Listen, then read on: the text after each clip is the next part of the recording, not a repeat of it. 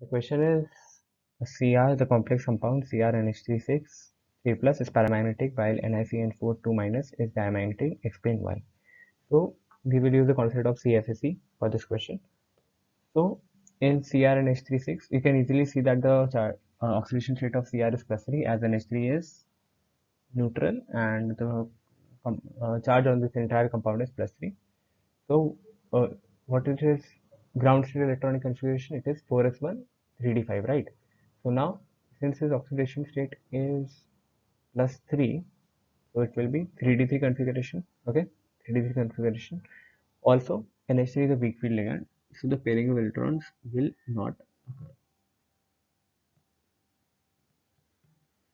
Actually this is given wrong, it is a strong field ligand, but since there are only three orbitals, three electrons. So these three will, it is not a weak field ligand. Okay, don't get confused. It is a strong field ligand. Yeah. So three electrons. So these three will occupy the T2G orbitals. Now NH3 will go to here D2sp3. The electronic configuration will be D2sp3. As you can see, it is paramagnetic in nature. It has three unpaired electrons.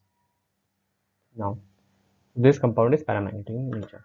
Now in NiCN4 2 minus, oxidation state of Ni is +2 as -4 is the charge on Cn and 2 minus is the entire charge, so +2 will be the charge on Ni.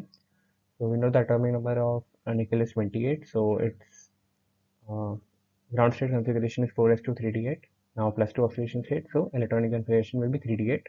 Also Cn minus is a strong field ligand, so the pairing of electrons will occur. So since there are 8 electrons in the d orbital, so this will be the uh, DsP2 hybridization will be formed as shown in the figure. All the electrons will get paired because Cn is a very strong field ligand. So it is diamagnetic in nature. As you can see, there are no unpaired electrons.